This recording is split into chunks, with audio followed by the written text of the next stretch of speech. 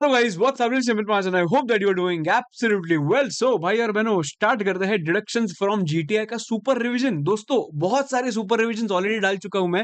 Direct tax हो, indirect tax हो, सबका मैंने डाल दिया, तो प्लीज एक बार देखना, बहुत हेल्पफुल होगा। जो तुम लोगों को रिकलेक्शन है या फिर कुछ छोटे छोटे पॉइंट्स है, हम लोग सब कुछ डिस्कस करेंगे डिडक्शंस के आज के सेशन के अंदर भी। दोस्तों, अगर चैनल पे नए नए रहोगे तो जरूर सब्सक्राइब करके रखना, लाइक बटन भी जरूर दबाना before we start watching this lecture. देखो, डिडक्शन जो होता है ना, deductions can be of two parts. Number one, deduction can be expenditure based deduction, मतलब खर्चा करो और डिडक्शन ले लो। And number two, it can be income based deduction. बराबर। पर भैया, ये expenditure and income based deduction that is okay, पर डिडक्शन होता क्या है? देखो, अपने पास 5 हेड्स ऑफ इनकम्स है। पांचों हेड्स ऑफ इनकम्स ऐड करने के बाद मुझे जो मिलता है उसको बोला जाता है ग्रॉस टोटल इनकम। बराबर। ग्रॉस टोटल इनकम में से मैं क्या करता हूं, डिडक्शंस अंडर चैप्टर 6 के माइनस करता हूं। बराबर। जो वो डिडक्शंस है ना, वो deductions can be of two types. Number one, expenditure based deduction, और it can be income based. एकदम परफेक्ट। सर, अगर ऐसा हुआ तो मेरा ग्रॉस टोटल इनकम इज 1 लाख एंड मैं डिडक्शन अंडर चैप्टर 6 से इज 2 lakhs। ऐसा हुआ तो उन्होंने स्पेसिफिकली बोल के रखा है कि your deductions can not exceed your gross total income. मतलब डिडक्शन की वजह से तुझे लॉस नहीं आ सकता, राइट? तो इसके वजह से deductions will be restricted to the extent of your gross total income. एकदम परफेक्ट है। चलो स्टार्ट करते हैं विद द फर्स्ट पॉइंट कि there are specified incomes where deductions can not be claimed. मतलब तुम लोग डिडक्शन क्लेम ही नहीं कर सकते। सबसे पहली बात, सबसे पहले लॉन्ग टर्म कैपिटल गेन्स, मैं इसको बोलता हूँ 112 के section. Section number 112, long term capital gains under section 112 A, short term capital gains under section 111 A, and casual income. एकदम परफेक्ट है। इनके अगेंस्ट में डिडक्शन नहीं ले सकता, वो तो मुझे पे करना ही पड़ेगा। नाउ ये 115 बेसिक एंड में डिस्कस करता हूं मैं। सबसे पहले आता हूं एटीसी पे। एटीसी के अंदर क्या लिखा है? देखो, एटीसी के अंदर लिखा है eligible assessee only individual and HUF. याद रखना, सिर्फ हम लोगों को एक्सपेंडिचर्स याद नहीं रखने, हम लोगों को ये भी रखना है, याद रखना है कि एलिजिबिलिटी, मतलब कौन कौन ले सकता है डिडक्शन। ठीक है। सबसे पहली बात, as I said, it is applicable only to individual and HUF. ठीक है सर। सर, इसमें मैक्सिमम डिडक्शन कितना मिलता है? मैक्सिमम डिडक्शन इज 1,50,000, इसके ऊपर नहीं मिलेगा। Okay sir. तो एटीसी के अंदर कौन से इन्वेस्टमेंट्स होते हैं, यही अपने को याद रखना है। सबसे पहला इन्वेस्टमेंट इज एलआईसी प्रीमियम, मतलब life insurance. LIC as in life insurance. Life insurance premium अगर मैंने पे किया होगा, मैं एक इंडिविजुअल हूं, मैं किसके किसके लिए लाइफ इंश्योरेंस का प्रीमियम पे किया तो डिडक्शन मिल सकता है? सबसे पहली बात, मैंने अगर मेरे लिए खुद के लिए पे किया तो मुझे डिडक्शन मिल जाएगा। मेरे स्पाउस के लिए पे किया तो मुझे डिडक्शन मिल जाएगा। मेरे चिल्ड्रन के लिए पे किया तो मुझे डिडक्शन मिल जाएगा। एग्जाम के अंदर क्या आएगा मालूम है? इंडिविजुअल ने प्रीमियम पे किया फॉर हिज पेरेंट्स, एग्जाम में ये पूछेंगे। अगर ये पूछा ना दोस्तों, देन इन दैट केस समझ जाना, it you will not get the deduction under section 80 C. Perfect. और एचयूएफ होगा तो एनी मेंबर। नाउ ये पॉलिसी कभी अक्वायर किया था, that is very important. If the policy is acquired prior to 1/4/2012, तो मुझे कितना डिडक्शन मिलता है? जितना भी पेमेंट किया होगा प्रीमियम का, और 20% of the policy value which ever is lower. एकदम परफेक्ट है।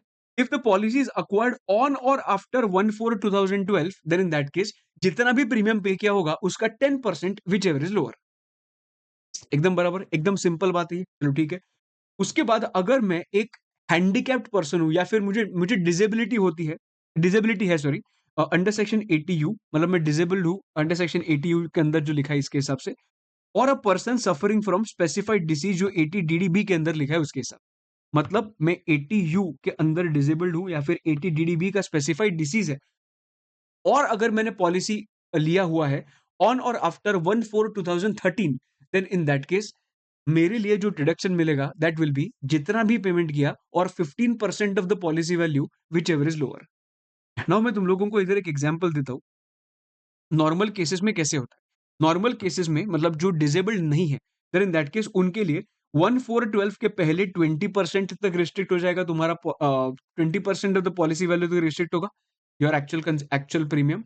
और 1/4/12 के बाद अगर मैंने पॉलिसी लिया होगा, then in that case your actual premium will be restricted to the extent of 10% of policy value. एकदम बराबर, नो प्रॉब्लम एवरीबॉडी, ओके ठीक है। बट अगर मैंने बात किया डिजेबल्ड या फिर स्पेसिफाइड डिसीज के केस में, 1/4/12 के पहले तो सेम ही है, 20% ऑफ द पॉलिसी वैल्यू। 1/4/12 से लेके 1/4/13 तक तो 10% ऑफ पॉलिसी वैल्यू आएगा। बट 1/4/13 के बाद अगर तुम लोग ने पॉलिसी लिया है, तो it that will be 15% of policy. Are you clear with this? तो ये अच्छे से तुम लोग क्या करने वाले हो, याद रखने वाले। एकदम परफेक्ट है। नाउ हम लोग आगे बढ़ते हैं विद द नेक्स्ट पार्ट। जो मैंने मार्क किया है ना वो अच्छे से पढ़ना। अमाउंट डिपॉजिटेड इन पीपीएफ, अगर मैंने पीपीएफ में डिपॉजिट किया होगा तो एटीसी के अंदर I will get a deduction, number one. Number two, employee ने कंट्रीब्यूट किया, मतलब मैं एम्प्लॉई हूं, मैंने कंट्रीब्यूट किया statutory provident fund, recognised provident fund के अंदर, अगर मैंने उधर कंट्रीब्यूट किया होगा तो I will definitely get the deduction. तो सबसे पहली बात पीपीएफ में किया तो क्या होगा, डिडक्शन मिल जाएगा। सेकंड बात जो है वो employees contribution to statutory provident fund, recognised provident fund, I will definitely get a deduction. अगर मैंने कौन सा इन्वेस्टमेंट किया होगा इन नेशनल सेविंग सर्टिफिकेट, मतलब एनएससी में इन्वेस्ट किया होगा, या फिर उसका इंटरेस्ट मुझे मिला होगा, उसका मुझे क्या मिल जाएगा दोस्तों, डिडक्शन मिल जाएगा। अभी ना तुम लोग एक चीज समझना, यूजुअली तो मुझे इन्वेस्टमेंट पे डिडक्शन मिलता है, तो इंटरेस्ट पे क्यों डिडक्शन मिल रहा है, कभी तुम लोग ने सोचा ये चीज? मेरे इन्वेस्टमेंट मैंने किया तो डिडक्शन मिल जाएगा, तो ये इंटरेस्ट का डिडक्शन क्यों मिल रहा है?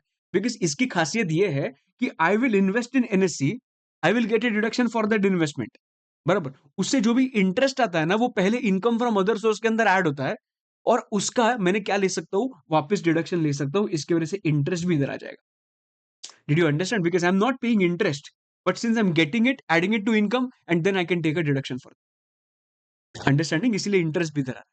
ठीक है। उसके बाद मैंने अगर हाउसिंग लोन लिया होगा, हाउसिंग लोन, और उसका जो प्रिंसिपल कंपोनेंट होता है ना, वो प्रिंसिपल कंपोनेंट का डिडक्शन मुझे एटीसी के अंदर मिल जाता है, और उसके अंदर stamp duty, registration fee, everything will get include. ठीक है, परफेक्ट एकदम। उसके बाद एफडीज का अगर मैंने बात किया, अगर मैंने एफडी किया है इन अ शेड्यूल्ड बैंक और a post office for 5 years और मोर, कभी भी याद रखो, it has to be tax saving FDs, और टैक्स सेविंग एफडीज बोलने के लिए it has to be for at least 5 years।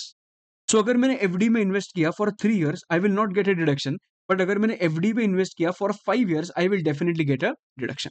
ठीक है, एफडीज का ये चीज याद रखना, 5 years इन अ शेड्यूल्ड बैंक। ठीक है, 5 साल याद रखना। ठीक है, रीपेमेंट ऑफ लोन के लिए क्या याद रखोगे तुम लोग, प्रिंसिपल कॉम्पोनेंट, परफेक्ट है। Now next point is tuition fees. Tuition fees मतलब मेरे मेरे मैंने मेरे बच्चों के लिए, उनके एजुकेशन के लिए ट्यूशन फीस पे किया है। तो वो मैक्सिमम 2 चिल्ड्रन, अभी देखो कितना इंपॉर्टेंट है एक एक छोटी छोटी चीज। सबसे पहली चीज ये ट्यूशन फीस है, ये क्लासेस की फीस नहीं है, ये स्कूल्स और सबकी फीस है, बराबर। कितने बच्चों के लिए मैं कर सकता हूँ, डिडक्शन ले सकता हूँ, maximum 2 children for full time education in India. ठीक है, ट्यूशन फीस होनी चाहिए मैक्सिमम 2 चिल्ड्रन इन इंडिया, तीनों चीजें याद रखनी अपने को, बराबर है, सही है। उसके बाद कंट्रीब्यूशन टुवर्ड्स यूलिप, उसके बाद आ जाइए, ठीक है, वन वन टाइम रीड है सब। Notified units of mutual fund, investment in tax saver fund and tax deposit in assessee's name. क्या क्या तुम लोगों को याद रखना है, मैंने येलो कलर के पार्ट में लिखा हुआ है, पीपीएफ नंबर वन, बाद में आता है statutory provident fund and recognised provident fund, NSC and उसका इंटरेस्ट, रीपेमेंट ऑफ लोन का प्रिंसिपल कंपोनेंट, एफडी अगर होगा शेड्यूल्ड बैंक और पोस्ट ऑफिस में 5 years और मोर का होना चाहिए, ट्यूशन फीस जो एजुकेशन ऑफ चिल्ड्रन के लिए है मैक्सिमम 2 चिल्ड्रन, और full time education in India होना चाहिए। एकदम परफेक्ट, नो प्रॉब्लम। ओके भाई, उसके बाद एक एक बार से पढ़ के रखेंगे ये part. Deposit in notified bonds of NABARD, deposit in senior citizen saving scheme, notified pension schemes of UTI, deposit in Sukanya Samriddhi scheme. तो ये वन टाइम रीड है, मैं जितना तुम लोगों को बताया ना उतना अच्छे से करो, जितना हाईलाइट किया है और उतना जो एल आई सी वाला है एकदम परफेक्ट है। तो अपना एटीसी डन एंड डस्टेड है, सब लोगों को आई होप ये आता होगा। एटीसी के बाद आता है eighty CCC, which is talking about contribution to pension fund of LIC. Contribution to pension fund, कभी भी एलआईसी देखने के बाद आंखें बंद मत करो कि हाँ वो एटीसी होगा, नहीं, वो अगर पेंशन फंड होगा ना तो पेंशन फंड एटीसीसीसी के अंदर फॉलो होता है, भले वो एलआईसी का होगा। Understanding, pension funds will always fall under eighty CC, perfect. Now में एलिजिबल एसएससी कौन है, इंडिविजुअल है, और इधर भी डिडक्शन कितना मिलता है, 1,50,000 मिलता है। एटीसी कंप्लीट हुआ, एटीसीसीसी कंप्लीट हुआ। आ जाओ एटीसीसीडी पे। तो देखो एटीसीसीडी जो है ना, ये क्या बात करता है, for example national pension scheme का बात करता है। ठीक है, अगर एम्प्लॉई ने नेशनल पेंशन स्कीम के अंदर कॉन्ट्रीब्यूट किया तो उसको डिडक्शन मिल जाएगा अंडर सेक्शन 80 CCD 1। ठीक है, अभी मेरे ही एम्प्लॉयर ने मेरे बिहाफ पे एनपीएस के अंदर पैसा डाला। नाउ डोंट यू थिंक, अगर एम्प्लॉयर ने मेरी बिहाफ पे अगर पैसा डाला तो मेरे लिए वो बेनिफिट हो गया? यस। तो एम्प्लॉयर ने मेरे लिए जो भी पैसा डाला ना, सबसे पहले वो मेरे इनकम के अंदर ऐड हो जाएगा under perquisite, under section 17। So it will be first added to your income under the head salary. और जो भी एम्प्लॉयर का मेरे लिए कंट्रीब्यूशन था ना, एम्प्लॉयर का जितना भी कंट्रीब्यूशन था, वो मेरे पहले इनकम में ऐड होगा, और इनकम में ऐड होने के बाद मैं 80 CCD 2 के अंदर उसका डिडक्शन ले सकता हूँ। सो डिडक्शन मिल जाएगा 80 CCD2 के अंदर, उसका क्या लग जाएगा, रिस्ट्रिक्शन। एकदम बराबर, ये 20,000 is just an example by the way. Understanding everybody? So employees contribution will fall under 80 CCD1. Employers contribution towards मतलब on my behalf will fall under 80 CCD2. मैं इधर लिखता हूँ 80 CCD2, 80 CCD। Perfect, no problem. जो भी employer मेरे लिए contribute करेगा पहले इनकम में ऐड करो, उसके बाद उसका डिडक्शन ले लो। Okay sir.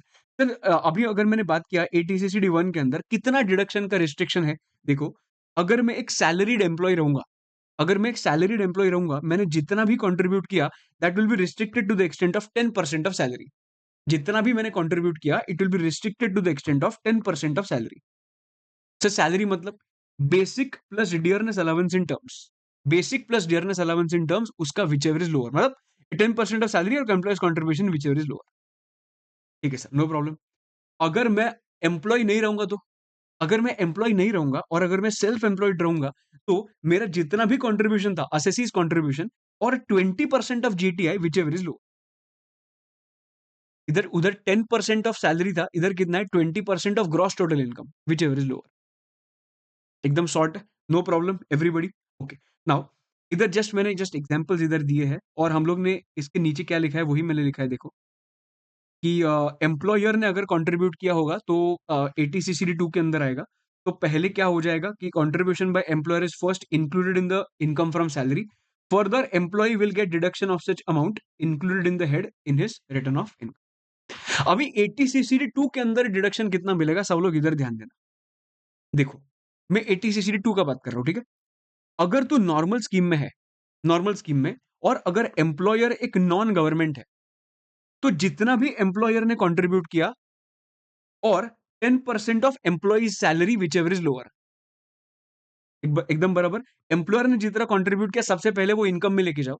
अभी डिडक्शन की बारी आ गई। डिडक्शन के केस में एम्प्लॉयर ने मेरे लिए जितना भी कंट्रीब्यूट किया और मेरे सैलरी का 10%, मेरे मतलब एम्प्लॉय के सैलरी का 10%, ठीक है, विच एवर इज लोअर। ये normally when the employer is non government, ठीक है। बट अगर ये एम्प्लॉयर गवर्नमेंट होगा, देन इन दैट केस जितना भी एम्प्लॉयर का कंट्रीब्यूशन था और 14% of salary which ever is lower, तो अगर गवर्नमेंट होगा तो 10 का 14 बन जाएगा, बराबर। बट मैं अजीब जब भी 115 बीएससी का बात करता हूं ना, 115 बीएससी में रेट ही 14% कर दिया उन्होंने सबके लिए। मतलब गवर्नमेंट एक एम्प्लॉयर एक नॉन गवर्नमेंट होगा तो भी एम्प्लॉयर्स कंट्रीब्यूशन और 14% of salary which ever is lower, और अगर एम्प्लॉयर एक गवर्नमेंट होगा तो भी एम्प्लॉयर्स कंट्रीब्यूशन और 14% of salary which ever is lower. मैं 1% एक परसेंट कर रहा हूं, 1 मिनट देता हूं, अच्छे से पॉज करो और ये पूरा पॉइंट देखो और पढ़ो।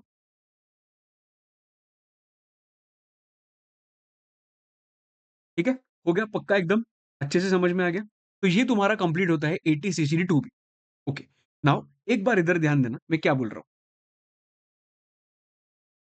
ये एक अभी सेक्शन देखा 80 CCE से, सॉरी 80C, 80 CCC और 80 CCD1, ये तीनों मिला के अगर तूने देखा ना, तो तीनों मिला के the limit will be applicable which is 1.5 lakh, और जो लिखा हुआ है 80 CCE के अंदर। सो 80 CCE करके एक सेक्शन है जिसके अंदर उन्होंने बोला सेक्शन नंबर 80C का इंडिविजुअल रेट, इंडिविजुअल 80C का लिमिट इज ऑल्सो 150, 80 CCC का भी इंडिविजुअल लिमिट इज 150, और 80 CCD1 का जो भी उनको फॉर्मूला दिया है वो, बट तीनों मिला के भी ना it should not exceed 1.5 lakh, ये उन्होंने 80 CCE के अंदर बोल दिया। अभी देखो 80C 1 लाख रुपीस का अपने पास डिडक्शन है, 80 CCC के अंदर 20,000 का है, 80 CCD1 के अंदर अज्यूम करते हैं इट इज 50,000। सो टोटल कितना बन रहा है, 1,70,000 बन रहा है। तो इंडिविजुअली तो well with in the limit है, बट जब भी मैं ऐड करता हूं तीनों, तभी मेरा 170 बनता है, and maximum I can take a deduction under 80 CCE which is to the extent of only 1,50,000। Is everybody clear? एकदम परफेक्टली समझ में आ गया? ओके, ठीक है। अभी 1 मिनट के लिए इधर देखना। कंट्रीब्यूशन टू एनपीएस का जो बात किया वो 70,000 रुपीज है एक्चुअल। 10% ऑफ सैलरी है, एम्प्लॉइज कॉन्ट्रीब्यूशन है। 10% ऑफ सैलरी कितना आता है समझो, इट इज 50,000 रुपीज। ना हम लोग ने 80 CCD के अंदर एक CCD1 के अंदर एक चीज देखी है कि मुझे डिडक्शन कितना मिलेगा, जितना भी कंट्रीब्यूट किया और 10% of salary which ever is lower. So कितना हुआ, 50,000 रुपीज का डिडक्शन तो मुझे 80 CCD1 में मिल गया। पर मैंने कंट्रीब्यूट कितना किया था, 70 किया था, मुझे डिडक्शन कितने का मिला, सिर्फ 50,000 था। अभी तक मेरे पास अभी तक 20,000 रुपीज़ का डिडक्शन मुझे नहीं मिला है। तो ये जो 20,000 रुपीज़ का मुझे डिडक्शन चाहिए ना, ये 20,000 रुपीज़ का डिडक्शन तो मुझे नहीं मिला एटीसीसीडी 1 के अंदर, but they have opened up one more section जिसके अंदर उन्होंने 50,000 रुपीज़ का एडिशनल बेनिफिट मुझे दिया and that is under eighty CCD 1B।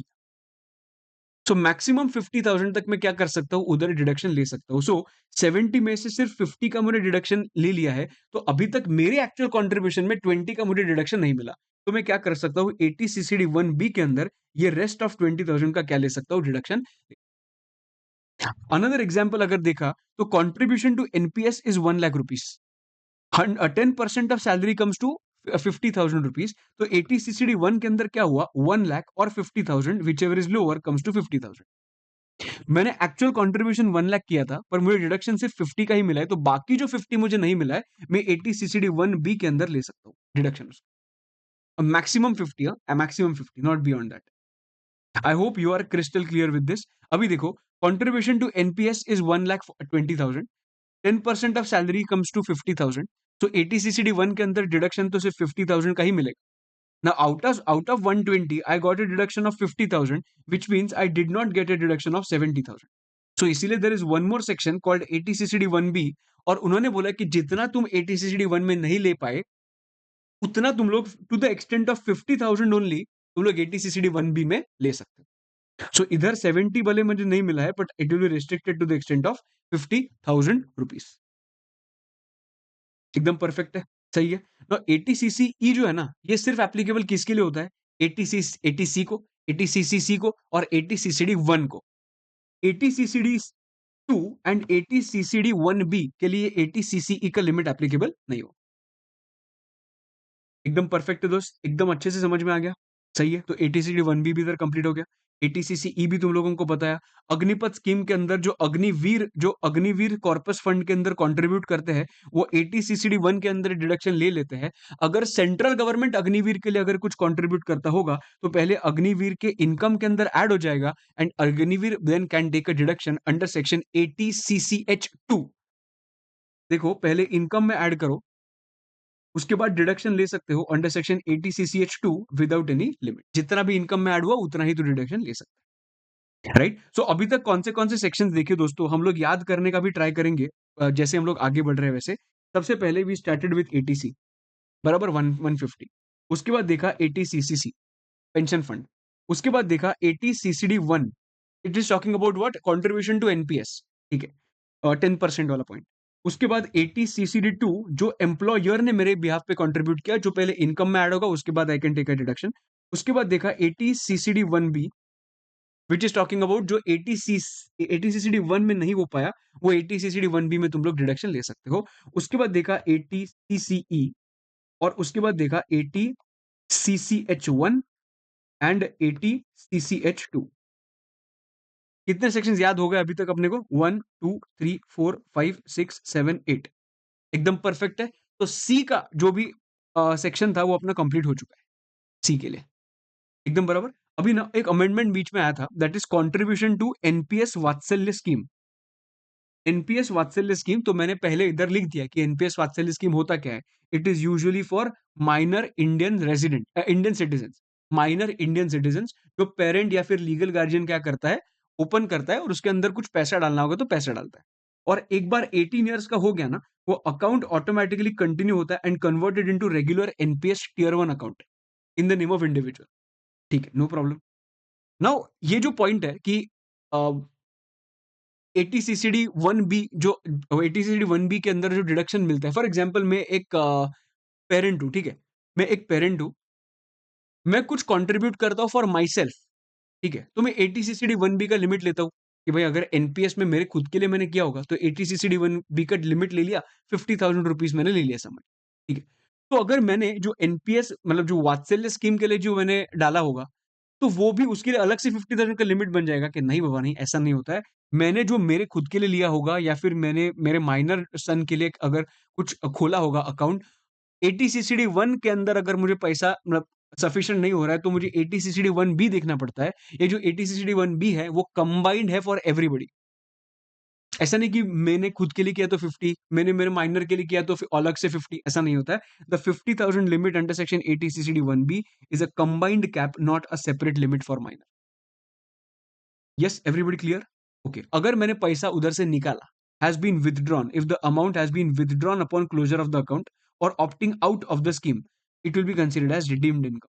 क्या माना जाएगा? डीम्ड इनकम, इनकम माना जाएगा। ठीक है, but there are 3 exceptions. Number 1, case 1, upon closure or opting out of the scheme, upon closure or opting out of the scheme, now it will be exempt from tax agar if the payment by NPS trust is up to 60% of the total amount payable to him at the time of closure or opting out of the scheme. If the payment by the NPS trust is up to 60%, तो exempt हो जाएगा। ठीक है, कितना पैसा निकाला तूने? Up to 60% exempt. ठीक है, अगर तूने पार्शियल विड्रॉवल किया, partial withdraw, now it will be exempt if the withdrawal is up to 25% of amount of contributions made by him. Now applicable only to employees, parents, guardians और of minor। एकदम बराबर। उसके बाद ये withdraw इसी ऊपर closure हुआ था। केस 2 मतलब क्या है? पार्शियल विड्रॉवल, मतलब अभी भी है, चल रहा है, पर मैंने थोड़ा सा विड्रॉ पहले ही कर दिया। अंडरस्टैंडिंग समझ रहा है क्या सब लोगों को? तो ये अप टू 25% इधर आ जाएगा।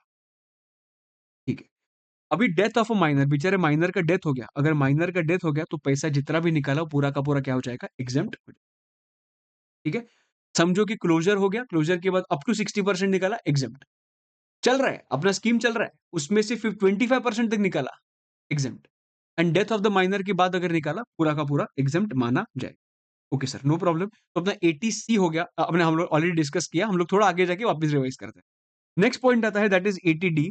80D बात करता है deduction in respect of medical insurance premium, central government health scheme, preventive health checkup and medical treatment.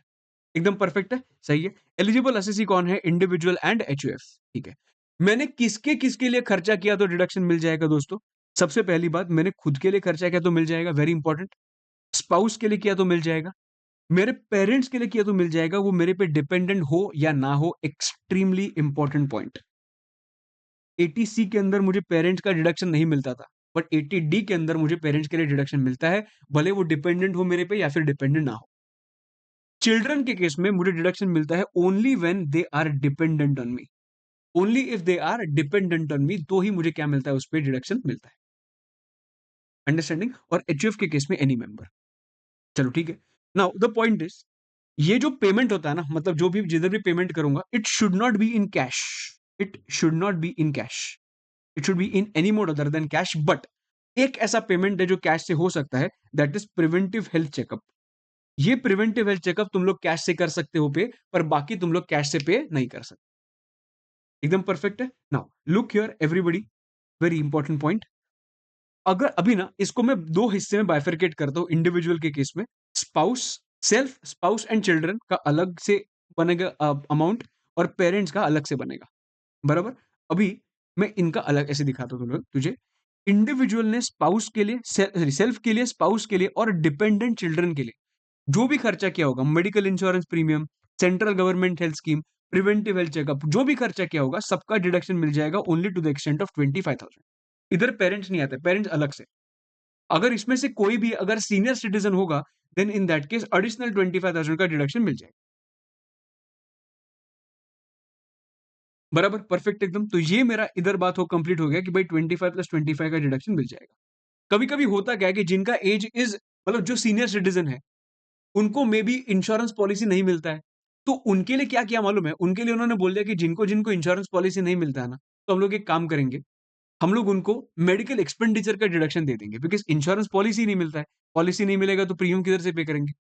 तो इसकी वजह से वो लोग क्या बोलते हैं कि तेरे पास और एक ऑप्शन है कि अगर तू एक सीनियर सिटीजन है, सिर्फ सीनियर सिटीजन को ही लगता है ये, अगर तू एक सीनियर सिटीजन है और तुम लोगों के पास इंश्योरेंस पॉलिसी नहीं है, तो you have not paid any medical premium, then in that case you can also get a deduction of 50,000 rupees for the medical expenditures।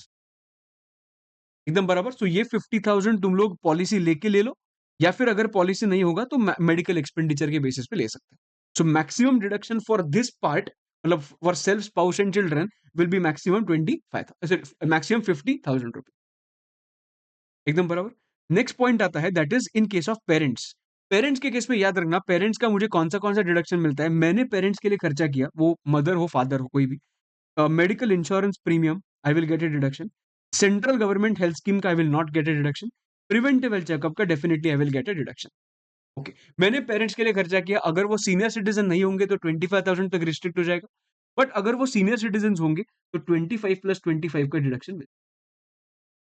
बराबर, again my senior citizen parents are not able to get the policy, insurance policy, तो उनके लिए भी एक option है कि भाई तुम लोग भी क्या कर सकते हो, मेडिकल एक्सपेंडिचर के बेसिस पे डिडक्शन ले सकते हो। और इस पे मैक्सिमम कितना डिडक्शन मिलेगा, 25,000 फॉर द पेरेंट्स का कैटेगरी। सो बेसिकली हम तीनों का कैटेगरी एक, पेरेंट्स का कैटेगरी दूसरा, ये मिला के मतलब इसका मैक्सिमम 50 हो सकता है, इसका मैक्सिमम 50 हो सकता है, मतलब एक पर्सन को 1 लाख के ऊपर तो कभी डिडक्शन मिल ही नहीं सकता, और ये मैक्सिमम है, ये फ्लैट नहीं है। If the policy is taken premium paid only of 23,000, मैं 23,000 का डिडक्शन लूंगा। ठीक है, अंडरस्टैंडिंग। एक छोटा पॉइंट सब लोग याद रखने वाले इसमें, अगर कोई भी नॉन रेजिडेंट सीनियर सिटीजन होगा, अगर कोई भी नॉन रेजिडेंट सीनियर सिटीजन होगा, ये जो एक्सटेंडेड लिमिट है ना 50,000 रुपीज का, उसके लिए एप्लीकेबल नहीं होगा, उसके लिए सिर्फ और सिर्फ 25,000 का ही लिमिट एप्लीकेबल हो जाएगा। याद रखना ये पार्ट, कोई भी नॉन रेजिडेंट सीनियर सिटीजन होगा तो ये 50,000 का जो एक्स्ट्रा बेनिफिट दिया उनको एप्लीकेबल नहीं होगा, it will be restricted to the extent of only 25,000 rupees. I hope you are clear.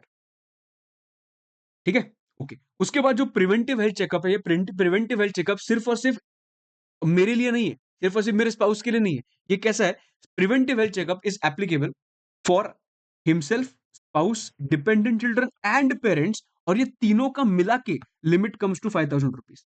ये 5,000 कैटेगरी वाइज नहीं किया उन्होंने, 5,000 रुपीज टोटल उन्होंने बात किया कि भाई 5,000 is for all, himself, spouse, dependent children, parent, हम सबका मिला के 5,000 के ऊपर नहीं हो सकता, which can be in cash also, right. तो कभी कभी होता क्या है, मेडिकल प्रीमियम जो होता है ना वो लमसम पे होता है फॉर मोर देन 1 ईयर।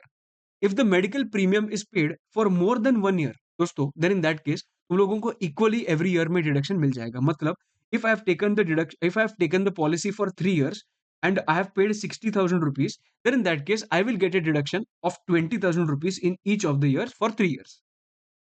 बराबर, एक एग्जाम्पल लेते हैं। अब if the policy is taken on 1/7/22, extremely important example याद रखना, 1/7/22 को मैंने पॉलिसी लिया फॉर 3 years, वेरी गुड। मैंने प्रीमियम पे किया 60,000 रुपीज का, ठीक है, नो प्रॉब्लम, 60 का प्रीमियम पे किया, तो मुझे बताओ डिडक्शन कितना मिलेगा। जैसे कि सर सिंपल है ना, 3 साल का मतलब 60,000/3, यू विल से 20,000 रुपीज। गलत, गलत, 20,000 रुपीज का डिडक्शन नहीं मिलेगा। क्यों? बिकॉज ये 1/7/22 को अगर मैंने पॉलिसी लिया होगा फॉर 3 years, मुझे बताओ, कैन आई से इट विल बी लाइक 1/7/22 से लेके फॉर 3 years, मतलब 36/25 एवरीवन, एवरीवन इधर तक होगा। तो this is the period of policy. इसके अंदर कितने ईयर्स फॉल हो रहे हैं वो देखो। इसके अंदर हम लोगों के 4 ईयर्स फॉल हो रहे हैं, year number 22-23, 23-24, 24-25 and 25-26। So since 4 years are falling under this particular policy, इसके वजह से ये जो 60,000 है ना, ये 60,000/3 नहीं होगा, ये 60,000/4 होगा। सो डिडक्शन 60 का ही मिलेगा, पर 3 साल में नहीं, 4 साल में मिलेगा। Are you understanding? So policy is covering 4 years, इसके वजह से मुझे जो डिडक्शन मिलेगा वो 60/4 मिलेगा, दैट विल बी 15,000। ठीक है, अंडरस्टैंडिंग। मैंने ये जस्ट प्रैक्टिस बैच में ऐसे काफी एग्जांपल्स में सॉल्व करके लिए थे मैंने, अगर तुम लोगों को देखना होगा you can just pause it and you can just have a look, just मैं एक बार दिखा दूं।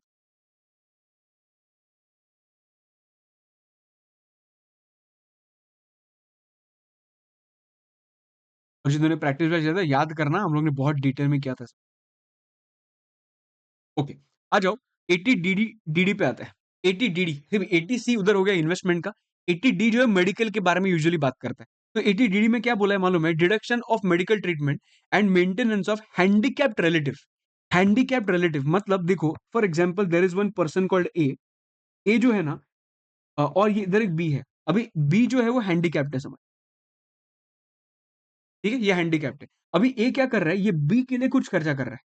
अगर ए ने कुछ बी के मेडिकल ट्रीटमेंट के लिए खर्चा किया होगा and B is handicapped, then in that case can I say dependent relative के लिए खर्चा किया, हैंडीकैप्ड डिपेंडेंट रिलेटिव के लिए खर्चा किया, देन इन दैट केस ए को डिडक्शन कितना मिलेगा? द पॉइंट इज़ कि भई वो जो हैंडीकैप जो है, वो डिसेबिलिटी जो है, वो एक सीवियर डिसेबिलिटी है या फिर नॉर्मल डिसेबिलिटी?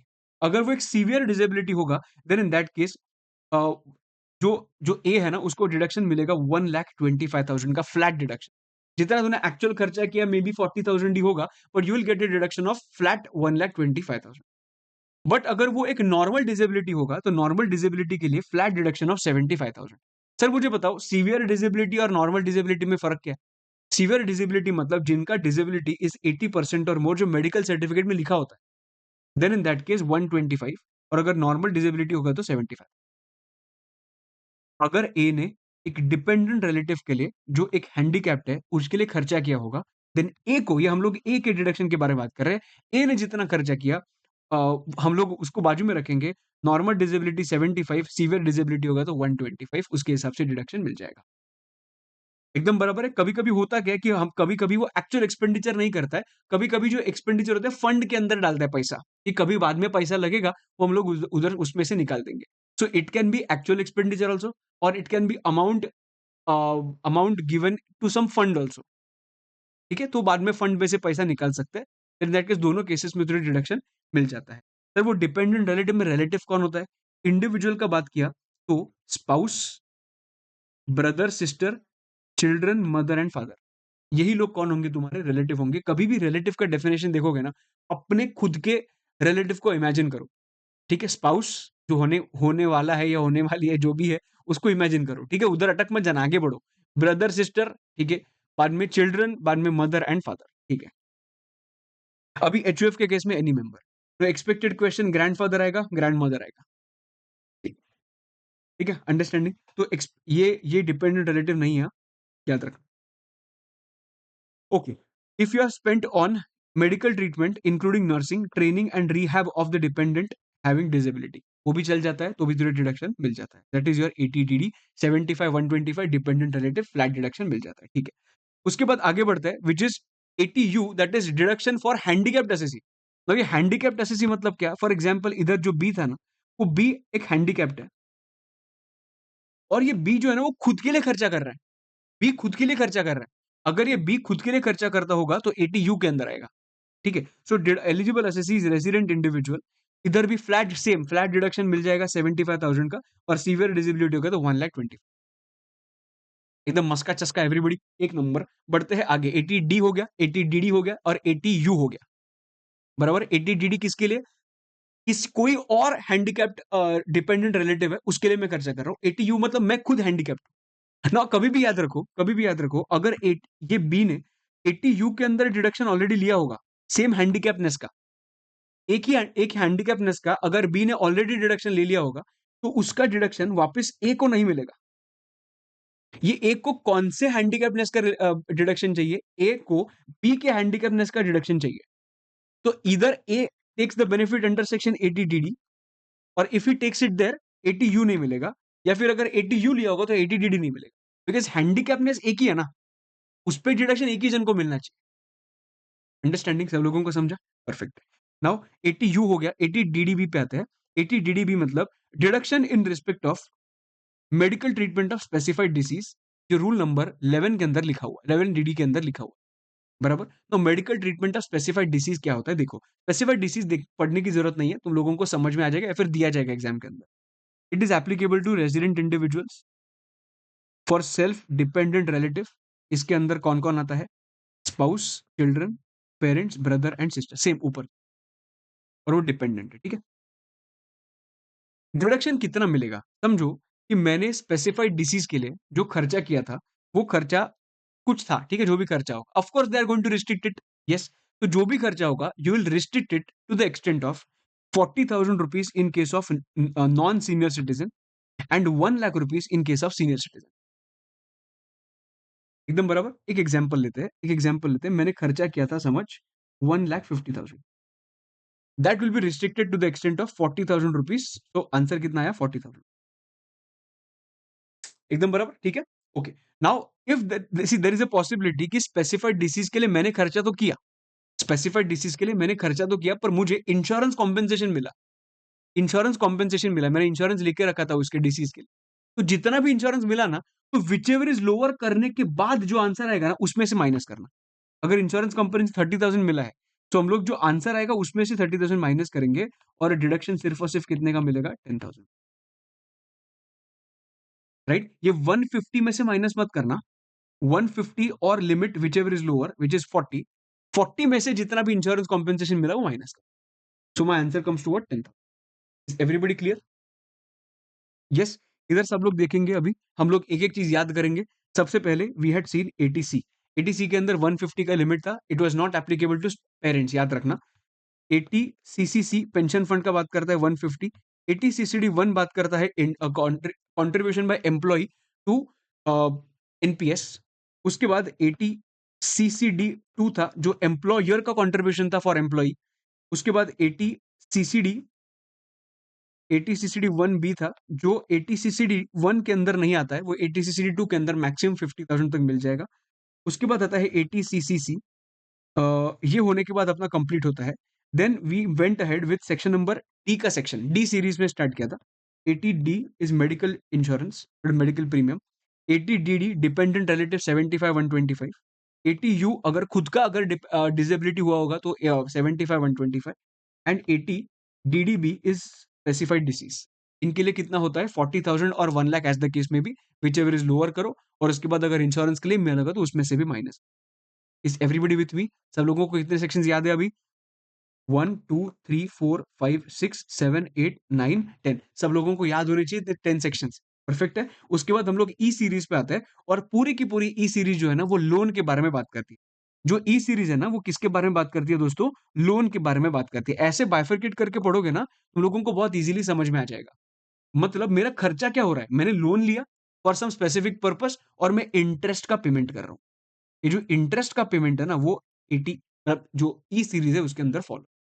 ना हम लोग सिर्फ देखेंगे कौन से लोन है जो हम लोगों को लिए हुए हैं हम लोग ने और इसका इंटरेस्ट पे किया है। देखो इसके अंदर हम लोग ने अपने को पढ़ना है 80 ई 80 ई। उसके बाद 80 ई ए पढ़ना है। सो 80 ई बी पढ़ना। सो 4 टाइप्स के लोन डेफिनेटली तो लिए थे। अभी हम लोग देखते हैं कि कौन से लोन लिए थे और उसका मैंने इंटरेस्ट पे किया। सबसे पहला इज 80 का that is education loan.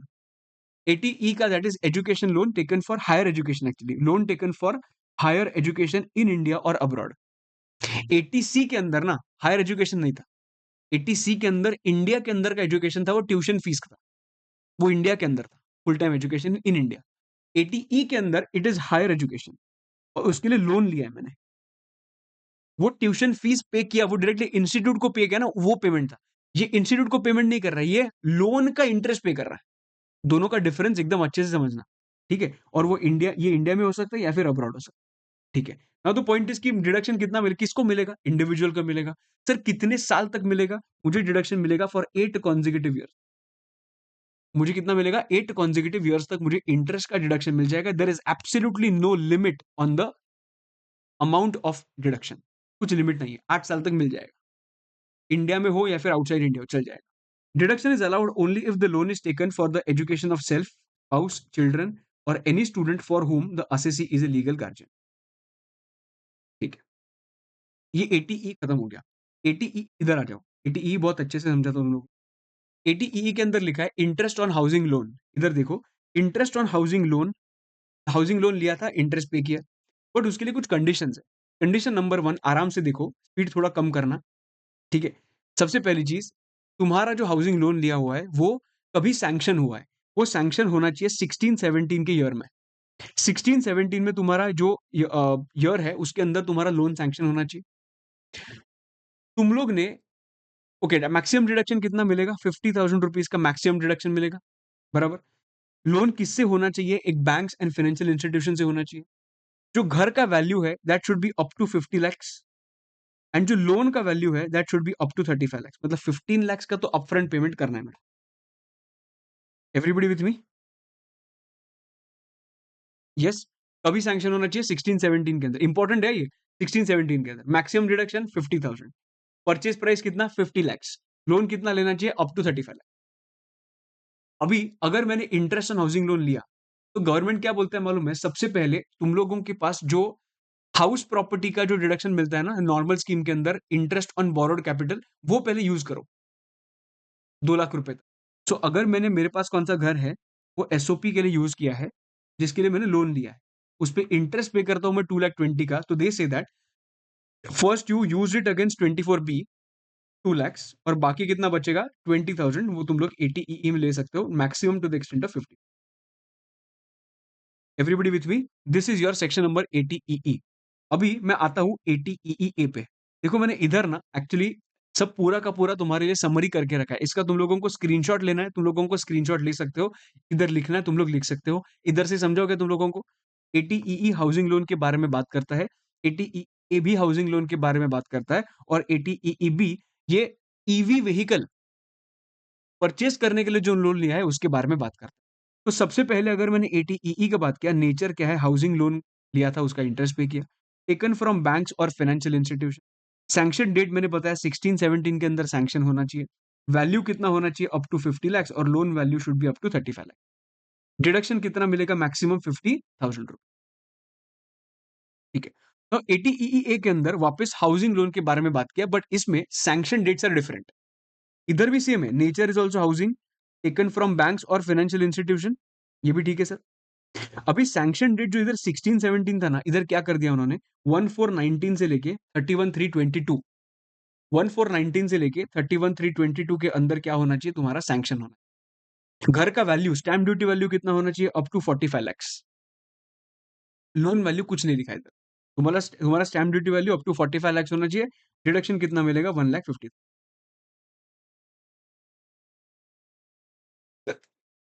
Now again you have to first take 24B का डिडक्शन, एंड देन जो भी बचेगा तुम लोग 80 में आ सकते हो।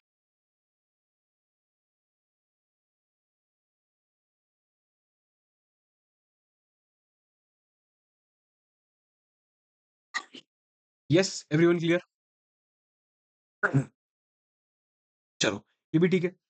अभी 80 का बात करते हैं ना। 80 में किसका लोन लिया था, ईवी परचेस कर, गाड़ी गाड़ी ईवी गाड़ी परचेस करने के लिए लोन लिया था, किससे लिया था, बैंक्स और फाइनेंशियल इंस्टीट्यूशन। इसका सैंक्शन डेट क्या है, 1/4/19 से लेके 31/3/23, इसके एक साल आगे। ठीक है, तो 16-17, 19 से लेके 22 तक, एंड 19 से लेके 23 तक, ऐसे याद रखना। इसमें कुछ भी लिमिट का कुछ भी नहीं है। लोन वैल्यू कितना, कुछ भी लिखा नहीं है, right. Then in that case आगे जाके अगर मैंने बात किया तो समझता है कि भाई डिडक्शन जो है, डिडक्शन, ये डिडक्शन मुझे कितना मिलेगा, 1,50,000 रुपीज। बराबर। नाउ क्या होता है ना, उन्होंने बोला कि अगर तुम लोग ने अगर एक ईवी लिया लोन पे, ठीक है, और उस पे इंटरेस्ट जो है वो कितना है, 120 का पेमेंट किया, और वो गाड़ी मैंने बिजनेस पर्पस के लिए यूज किया, तो जो भी इंटरेस्ट होता है ना, इंटरेस्ट का मैंने पीजीबीपी के अंदर डिडक्शन ले लिया, ले सकता हूं, because it is for business purpose. तो जो भी मैंने पीजीबीपी के अंदर डिडक्शन लिया होगा, तो they are saying that since you have already taken the deduction under PGBP, तो तुझे 80 के अंदर डिडक्शन नहीं।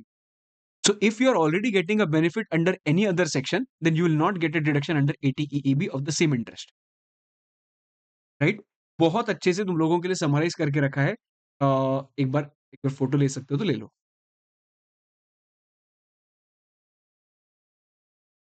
राइट। अपना 80 का भी सीरीज कंप्लीट होता है, इसके वजह से हम लोग वापस रिवाइज करने वाले जो जो हम लोग ने किया। सबसे पहले 80C स्टार्ट किया था, 80CCC पेंशन फंड के बारे में बात किया, 80CCD1 जो बात किया that was in relation to अपना एनपीएस में कंट्रीब्यूट किया अमाउंट और 10% of salary which ever is lower. बाद में देखा 80CCD2 जो एम्प्लॉयर का कंट्रीब्यूशन था, सेम अमाउंट ऑफ कंट्रीब्यूशन और 10% of salary which ever is lower. Then 80CCD1B के बारे में बात किया, that is in case of जो 80CCD1 में नहीं ले पाया वो 80CCD1B में लेंगे। एंड 80CCE एकदम बराबर, ये अपने सी सीरीज कंप्लीट हो गया। सी सीरीज के बाद we went ahead with 80D series, medical premium. बाद में आता है 80DD that is dependent relative का 75-125। बाद में 80U जो मेरा अगर डिसेबिलिटी हुआ तो 75-125।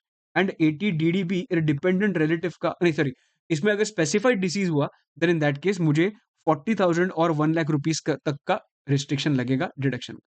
परफेक्ट है। बाद में ई सीरीज चलो कि हम लोग ने 80E, बाद में 80EE that is housing loan 16-17 में होना चाहिए 50,000 maximum deduction, 50 lakh value, 35 lakh का लोन लोन अमाउंट। ठीक है। उसके बाद 80EE हाउसिंग लोन का ही बात करता है, पर वो 19 टू 22 के अंदर होना चाहिए, 1419 से लेके 31/3/22। बाद में आता है 80EEB, 14 सेक्शंस मुंह पे होने चाहिए सब लोगों के, ठीक है। ये दोनों केसेस में 150 एंड 150 का डिडक्शन मिल, ठीक है, परफेक्ट है। तो ये हम लोगों का कंप्लीट होता है। देन एक रट्टा पॉइंट है, पूरा का पूरा रट्टा मारने का point, that is 80GG। 80GG क्या बात करता है? Rent paid of house property. अभी एम्प्लॉइज को क्या होता है ना, एम्प्लॉइज को हाउस रेंट अलाउंस मिलता है या फिर रेंट फ्री अकोमोडेशन मिलता है, तो एम्प्लॉइज को ना घर के रिलेटेड काफी बेनिफिट्स मिलते हैं।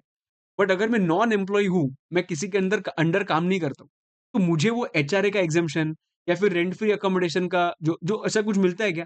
नहीं मिलता है। इसके वजह से मुझे 80GG उन्होंने इंट्रोड्यूस किया, और उन्होंने बोला जो भी मैंने रेंट पे किया होगा हाउस प्रॉपर्टी का, उसका मुझे डिडक्शन मिल जाएगा। जिनको एचआरए नहीं मिलता है एंड जिनको रेंट फ्री अकोमोडेशन नहीं मिलता है, उनके लिए लगता है, ठीक है। तो ये पूरा का पूरा रट्टा मारने का है दोस्त। देखो उन्होंने बोला 5,000 rupees per month, 25% of adjusted total income and rent paid minus 10% of adjusted gross total income. तो ये तो समझ में आ गया। चलो, ये तुम लोगों को ना मेमोरी टेक्निक मेरे देखोगे ना, उसके बाद भी समझ में आ जाएगा, मेमोरी टेक्निक के बाद, ठीक है। नाउ द पॉइंट इज कि सर डिडक्शन तो याद हो जाएगा, बट एडजस्टेड टोटल इनकम क्या होता है? सिंपल चीज, एडजस्टेड ग्रॉस टोटल इनकम मतलब GTI minus all the deductions under chapter 6A, सब माइनस करो एक्सेप्ट फॉर 80GG। 80GG छोड़ के सब कुछ माइनस करो, करेक्ट है।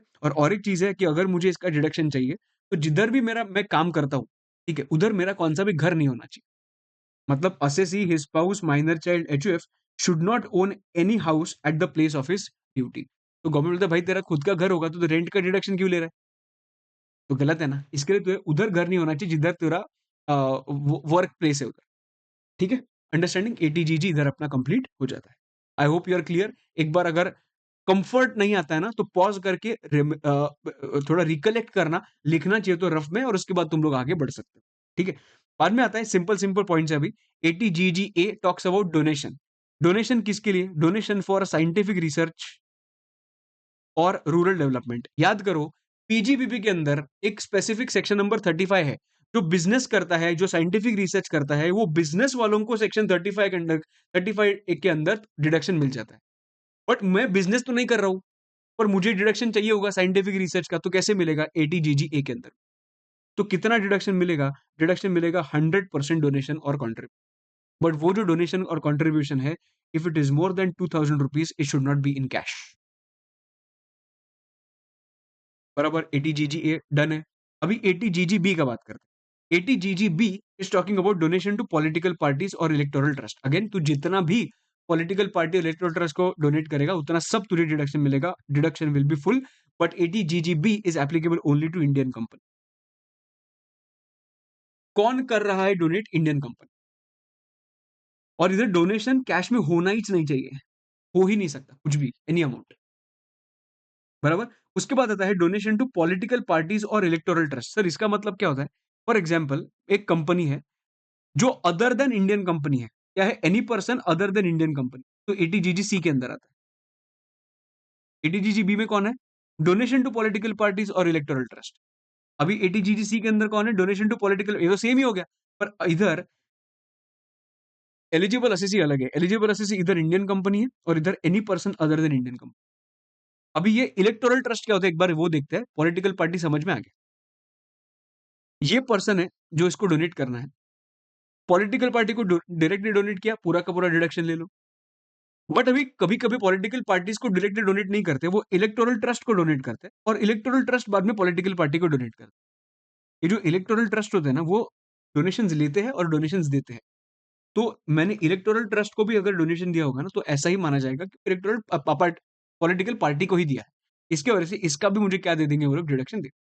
So be it political party directly or be it electoral trust, you will still get a deduction। एकदम perfectly समझ रहा है सब लोगों को? पक्का एकदम। तो ये 80, हम लोग ने 80 ई का सीरीज तो देखा था। अभी जी के सीरीज में ना, जी के सीरीज में चार चीजें देखी हम लोग ने। 80GG देखा, that is rent. 80GG ABC देखा, GGA, GGB और GGC।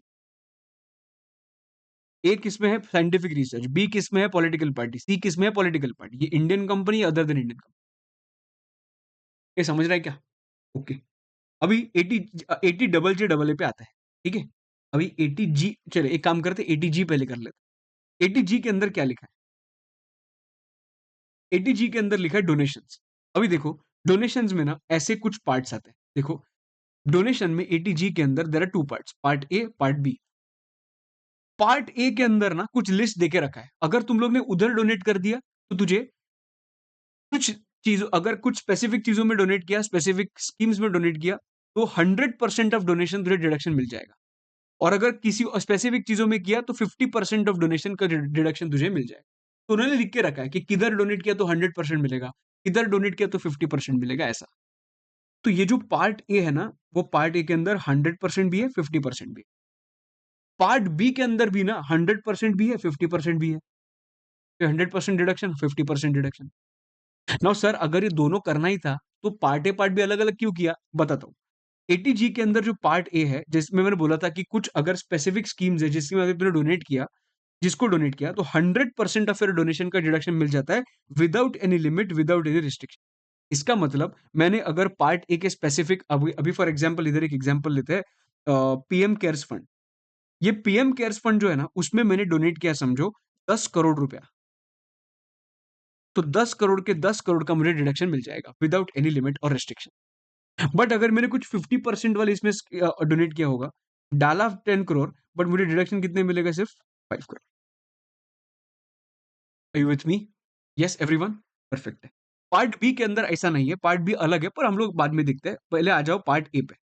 पार्ट ए पे PM drought relief fund is the only fund जो 50% के बारे में बात करता है। पीएम ड्रॉट रिलीफ फंड, ठीक है? पर अगर बाकी का बात किया, national national national national national, PM PM, CM, जिला, स्वच्छ भारत कोष, clean Ganga fund, fund for army, PM cares fund, एक बहुत बड़ा लिस्ट है, पर आई थिंक इतना याद किया तो चल जाएगा। इसके अंदर तुम लोगों को 100% का डिडक्शन मिल जाएगा। Everyone with me? Yes? Okay. उसके बाद हम लोग जाते हैं पार्ट बी पे। पार्ट बी के अंदर भी अभी फॉर एग्जांपल 10 करोड़ का इन्वेस्टमेंट किया, ठीक है? 10 करोड़ का डोनेशन किया, कुछ फंड्स के अंदर जो 100% कैटेगरी में आते हैं। तो कितना मिलना चाहिए? 10 करोड़। पर ये 10 करोड़ भी कुछ रिस्ट्रिक्शन लग जाएगा उस पे, और मे बी 10 करोड़ पे रिस्ट्रिक्शन लग के लोअर अमाउंट पे तुझे डिडक्शन मिल जाएगा, राइट? सो जितना डोनेट किया उसका 100% which will be restricted to some limit. जितना जितना डोनेट किया उसका 50% which will be restricted to some limit.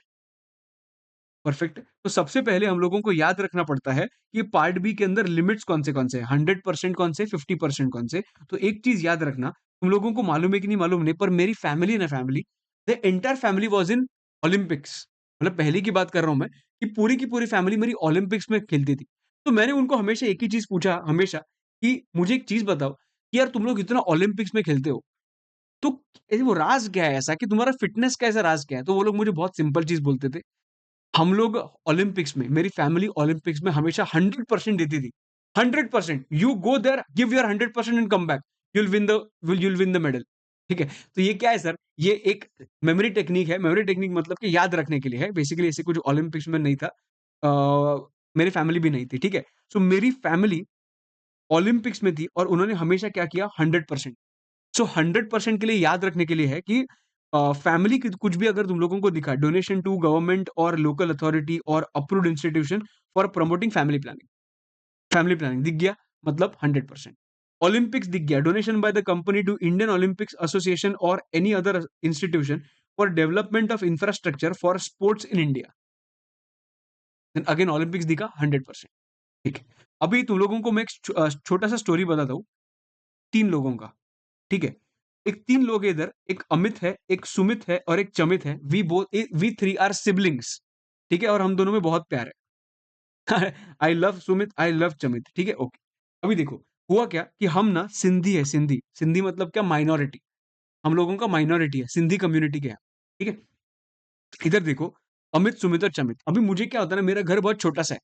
इसके वजह से ना मैं यार, मुझे जगह ही नहीं मिलता है रिकॉर्डिंग करने के लिए। बहुत सारी चीज़ें लगती है यार, इधर ग्रीन स्क्रीन लगता है, इधर 2 लाइट्स लगते हैं, इधर बड़ा-सा कैमरा लगता है, इधर लैपटॉप लगता है, इधर बस बहुत कुछ चीज़ लगती है।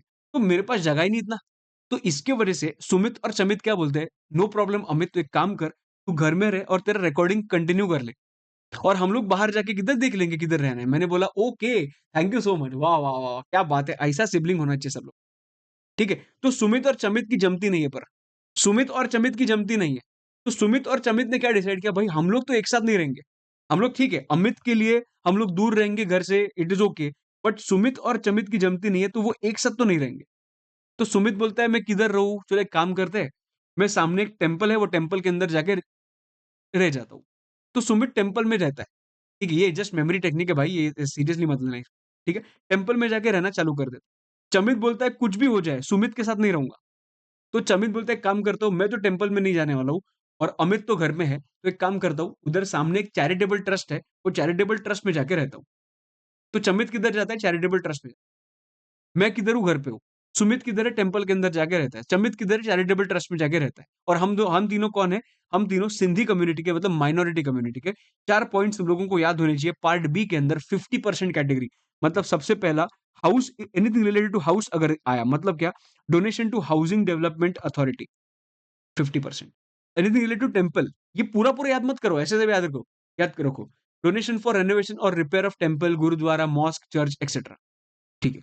Next one is trust, donation to any public charitable trust.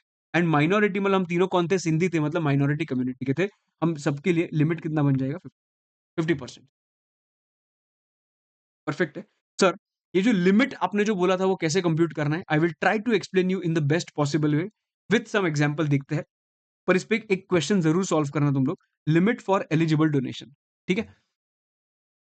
सबसे पहली बात, सबसे पहली बात, तुम लोग पार्ट बी के अंदर विदाउट यूजिंग 50%, 100%, पार्ट बी के अंदर जितना भी डोनेशन किया वो सब कुछ ऐड करो। जितना भी पार्ट बी के अंदर डोनेशन किया, with don't use 50% on that. पूरा का पूरा पहले डोनेशन ऐड करो, ठीक है? You first compare that donation with 10% of adjusted total income. Sir, what is adjusted total income? Adjusted total income is gross total income excluding the incomes as per special rate, ठीक है? And all the deductions except for ATG. Deduction सब minus करो except for ATG, ठीक है? तो जो भी तुम्हारे पास बचेगा वो क्या बचेगा? एडजस्टेड टोटल इनकम बचेगा, बराबर? तो वो जो एडजस्टेड टोटल इनकम बचेगा ना, उसका 10% ले लो, उसका 10%। So again, what is adjusted total income? Gross total income except for special income as per special rate, ठीक है? उसमें से सब डिडक्शंस माइनस करो एक्सेप्ट फॉर एटीजी। क्या मिलेगा? एडजस्टेड टोटल इनकम, उसका कितना परसेंट? 10%। तो ठीक है, so total donation as per part B category आ गया, 10% ऑफ एडजस्टेड टोटल इनकम इधर आ गया। विच एवर इज लोअर आ गया, चलो ठीक है, विच एवर इज लोअर करके एक अमाउंट आ गया, और इसको बोला जाता है एलिजिबल डिडक्शन, बराबर? अभी मैं तुम लोगों को एक एग्जाम्पल से एक्सप्लेन करूंगा, सब लोग इधर देखना। फैमिली प्लानिंग के लिए कुछ डोनेशन दिया था 30,000 रुपीज का। रेनोवेशन ऑफ टेम्पल के लिए डोनेशन दिया था 50,000 रुपीज का। मुझे बताओ कौन सा 100% कैटेगरी में आता है और कौन सा 50% कैटेगरी में आता है? फटाफट बोलो। कौन सा 100% कैटेगरी में आता है और कौन सा 50% कैटेगरी में आता है? फैमिली ओलंपिक्स में है और वो 100% देती है, तो कहने से फैमिली ओलंपिक्स में 100% देती है, मतलब इधर 100% आएगा, बराबर है? एंड रेनोवेशन ऑफ टेम्पल का बात किया, टेम्पल मतलब मेरा स्टोरी दूसरा था 50% वाला, तो ये 50% में है।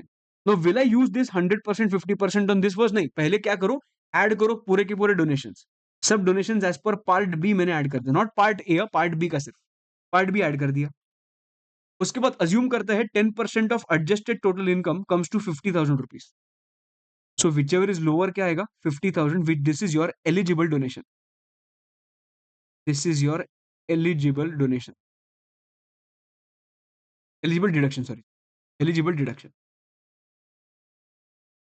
ठीक है?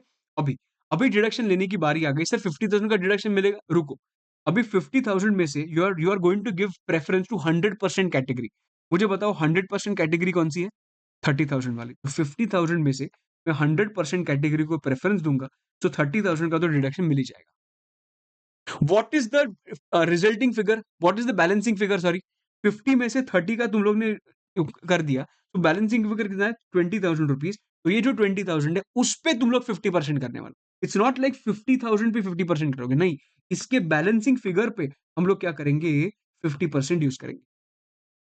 Are you understanding? तो इसके लिए बैलेंसिंग फिगर ले लो, 50 minus 30 into 50% comes to 10,000 rupees. So ultimately deduction कितना मिलेगा? सिर्फ मुझे 40,000। Is everybody with me? No problem? सही है। नाउ अगेन पॉइंट वही है कि deduction under this section is not allowed if the donation is made in cash more than 2000 rupees. ठीक है, so this is all about your ATG donations. मैं 80 double J double ए पे आता हूँ। इधर मैंने मस्त समरी बना के रखा है, सब लोग इधर देखो। 80 डबल जे डबल ए जा जा आ, आ, जा जा आ, आ, जा जा आ, आ, ठीक है। 80 डबल जे डबल ए बात करता है deduction of cost of new employees. Deduction of cost of new employees मतलब नए एम्प्लॉइज का जो भी मेरा कॉस्ट लगता है ना, उसके हम लोगों के डिडक्शन के बारे में हम लोग बात कर रहे हैं। ठीक है, it is applicable to whom? It is applicable to all the assessees जिनका बिजनेस है और जिनका turnover is more than 1 crore. बराबर, मतलब जिनको 44 एबी लगता है, मतलब बड़े लोगों को 44 डबल, सॉरी, बड़े लोगों को 80 डबल जे डबल ए लगता है जिनका turnover is more than 1 crore. एकदम बराबर एवरीबॉडी। ओके, ना अगर मैंने डिडक्शन का बात किया तो कितना मिलता है मालूम है? इसमें मुझे डिडक्शन मिलता है 30% of additional employee cost. 30% of additional employee cost, और जो डिडक्शन मिलता है ना वो मुझे 3 कॉन्जिक्यूटिव फाइनेंशियल ईयर्स तक मिलता है। जो डिडक्शन मिलता है वो 3 कॉन्जिक्यूटिव फाइनेंशियल ईयर्स तक मिलता है। फॉर एग्जाम्पल, जो नया जो एडिशनल एम्प्लॉय कॉस्ट है, से for example it is 3 lakhs। अच्छे से समझना, से for example it is 3 lakhs, मैंने उतना पे किया। मैं तुम लोगों को बताऊं, मुझे पीजीबीपी के अंदर अंडर सेक्शन 37 डिडक्शन मिल ही जाएगा। भाई उधर तो मिलने ही वाला है। This deduction is over and about that 100% PGBP का डिडक्शन। ये किधर लिखा नहीं है, पर ये पीजीबीपी का तो डिडक्शन मुझे मिलने ही वाला है। This is over and about that PGBP का डिडक्शन। अभी समझो मैंने सैलरी पे किया वो एडिशनल एम्प्लॉयज को 3 lakhs। तो मैंने क्या बोला कि 3 साल तक 30% का डिडक्शन मिलता है। मतलब 3 lakhs का 30% will fall like this will I will get a deduction in the first year. Second year के अंदर वापस 30% मिलेगा, थर्ड ईयर के अंदर वापस 30%। So basically they want to give you double deduction, one PGBP के अंदर और दूसरा 80 डबल जे डबल ए के अंदर। और जो 80 डबल जे डबल ए के अंदर डिडक्शन दे रहा है वो एक ही साल में पूरा नहीं दे रहा है, वो तो 3 साल में डिस्ट्रीब्यूट करने के लिए बोल रहा है। राइट एवरीबॉडी, क्लियर है? Okay, now sir meaning of additional employ. देखो, स्टार्ट ऑफ द ईयर में देयर वर 100 एम्प्लॉइज। ठीक है, उसके बाद ये फाइनेंशियल ईयर में मेरे 10 एम्प्लॉइज आ गए और 10 एम्प्लॉइज छोड़ के गए, और एंड ऑफ द ईयर में 100 एम्प्लॉइज ही बचे। सर मेरे एडिशनल न्यू एम्प्लॉय कितने बन गए? सर 10 10 10 नहीं भाई, हम लोगों को जो जो देखना पड़ता है ना कि कितने न्यू है और कितने ओल्ड है, वो beginning and end of the year का डिफरेंस देखना पड़ता है। सो दिस इज जीरो, और इसके वजह से कुछ भी मुझे डिडक्शन इसमें नहीं मिलता। Everyone clear? उसके बाद बिगिनिंग ऑफ द ईयर में 100 थे, जो मैंने हायर किए वो 30 किए, और जो चले गए वो 10 चले गए। सो अल्टीमेटली मेरे पास कितने बचे अभी? 120। न्यू एम्प्लॉइज कितने? 30 है क्या? नहीं, 120 minus 100 which is 20। 120 minus 100 that is 20। So 20 new employees तुम्हारे बन गए। एकदम बराबर है दोस्त। उसके बाद डिडक्शन कितना मिलेगा? 3 कॉन्जिक्यूटिव ईयर्स के लिए मिलेगा। सर एलिजिबल एम्प्लॉइज कौन होते हैं? ये सब एम्प्लॉइज को मिलता है क्या? नहीं, एलिजिबल एम्प्लॉइज मतलब जिनके इमोल्यूमेंट्स, मतलब जिनको जो भी रेम्यूनरेशन, सैलरी जो भी पे हो रहा है, कमीशन जो भी हो रहा है, it should be up to 25,000 per month. Number two, जो कंपनी में है, who is working in the company for equal to or more than 240 days in a financial year. At least 240 days के लिए वो ये साल में होना चाहिए। ठीक है, और कभी कभी कुछ बिजनेसेस के केस में this 240 is reduce to 150। Sir कौन सा बिजनेस है ये? देखो, अगर कोई भी मैन्युफैक्चर ऑफ अपैरल में है, या फिर फुटवेयर में है, या फिर लेदर प्रोडक्ट में है, then in that case the limit will be 150। The limit will be what? 150 days. ठीक है, so it should be the remuneration should be up to 25।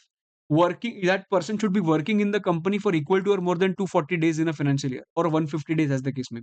और वो जो एम्प्लॉइज है उन्होंने आरपीएफ के अंदर कंट्रीब्यूट करना चाहिए। अगर ये तीनों कंडीशंस दोस्तों सेटिस्फाई होती है, तो वो जो एम्प्लॉय है ना, वो एम्प्लॉय क्या माना जाएगा? एलिजिबल एम्प्लॉय माना जाएगा। एकदम बराबर है दोस्त, एकदम बराबर है। देखो, 25-26 में एक एम्प्लॉय ऐसा है जिसका सैलरी 24,000, बराबर। 305 डेज के लिए वो इंडिया, सॉरी, वो कंपनी के अंदर काम कर रहा था, और वो रिकॉग्नाइज्ड प्रोविडेंट फंड के अंदर कंट्रीब्यूट करता है। तीनों कंडीशन सेटिस्फाई हो रहे के दिखते हैं। It should be up to 25, yes. More than 240, yes. RPF में करता है, यस। कि that this person will become eligible employ. Employ number 2 पे देखते हैं, सैलरी कितना है? 26, नहीं चलेगा, इधर ही खत्म, ये एम्प्लॉय नहीं आ सकता। तो ये एम्प्लॉय को जितना भी पैसा पे किया, उतने जितना भी पैसा पे किया उसका 30% का ये साल में, 30% का उसके नेक्स्ट ईयर में, 30% का उसके नेक्स्ट, ऐसा मुझे डिडक्शन। एक एग्जांपल लेते हैं और एक चीज़, फॉर एग्जांपल प्री और ये ना सिर्फ़ और सिर्फ़ न्यू एम्प्लॉइज़ को मिलता है दोस्त। प्रीवियस ईयर 24-25 है, वो 1 जैन 2025 को जॉइन किया, बराबर है? तो ये साल के अंदर डिडक्शन मिला होगा क्या? नहीं मिला होगा, क्यों? क्यों नहीं मिला होगा? बिकॉज़ वो ओके, चलो एक एग्जांपल और अच्छे से एक्सप्लेन करता हूँ। उसका जो सैलरी था वो 24 था और आरपीएफ के अंदर वो कंट्रीब्यूट करता है। तो फर्स्ट कंडीशन सैटिस्फाई हो रहा है, थर्ड कंडीशन सैटिस्फाई हो रहा है, but he is not staying in the company for 240 days in the current year. Not staying as in he is not worked in the company for 240 days और मोर। तो इसकी वजह से second condition is not getting fulfilled because वो था ही नहीं यार पूरे साल कंपनी के अंदर। अभी क्या हुआ? अभी 25-26 आ गया, 25-26 आ गया और 25-26 में ये एम्प्लॉइज़ का उनको डिडक्शन लेना है बिकॉज़ उसने 240 डेज़ में सब कुछ कंप्लीट किया। बट 25-26 में उसका डिडक्शन उन्होंने डिनाई कर दिया। क्यों गवर्नमेंट ने डिनाई किया 25-26 में? Because it has to be a new employee तो लास्ट ईयर था। पर मैं बोल रहा हूँ इधर तो मेरे साथ गलत हो रहा है। वो एम्प्लॉयी के लिए मुझे 24-25 में डिडक्शन नहीं मिला बिकॉज़ मैं 240 डेज़ वो कंपनी में था ही नहीं। 25-26 में भी डिडक्शन नहीं मिल रहा है even though he is satisfying all the conditions but the point is कि he is not the new employee in 25-26। तो वो एम्प्लॉयी को किधर भी डिडक्शन मुझे नहीं मिला और इसीलिए उन्होंने बोला कि हम लोग इसको एक्सेप्शन करके मान रहे हैं। सो इवन दो 25-26 में ही is not the new employee, वो जो एम्प्लॉयी होगा ना वो 25-26 में उसको डिडक्शन मिल जाएगा विद द कंडीशन दैट वो तीनों कंडीशन सैटिस्फाई कर रहा है। मतलब 24,000 उसका सैलरी है, आरपीएफ के अंदर वो कंट्रीब्यूट कर रहा है और equal to or more than 240 days वो कंपनी के अंदर इन दैट ईयर, राइट? तो 25-26 में उसको डिडक्शन मिल जाएगा। Even though he is not the new employee in 25-20। बाबा लोग समझा कि नहीं रहे? ये तुम्हारा कंप्लीट होता है एक्सपेंडिचर बेस्ड डिडक्शन। ये छोटा-सा तुम लोगों को एनालिसिस बता रहा हूँ तुम लोगों को, एक बार अच्छे से देखो। It is not about only the completion, it has to be an effective completion of your syllabus. That's why understand the minute points of this. Eighty GG और एटीजी। एटीजीजी के अंदर जो बोला ना कि एडजस्टेड ग्रॉस टोटल इनकम जो बोला है, वो एडजस्टेड ग्रॉस टोटल इनकम में क्या लिखा है? Gross total income minus all deductions except for eighty GG. इसके अंदर स्पेशल इनकम्स माइनस करने के लिए नहीं बोल रहे वो लोग, सीधा जीटीआई में से हम लोग डिडक्शंस माइनस कर रहे हैं। पर एटीजी के अंदर जो हम लोग डिडक्शन कर रहे हैं वो gross total income minus special income minus all deduction. I think वो एटीजीजी के अंदर ना एडजस्टेड ग्रॉस टोटल इनकम।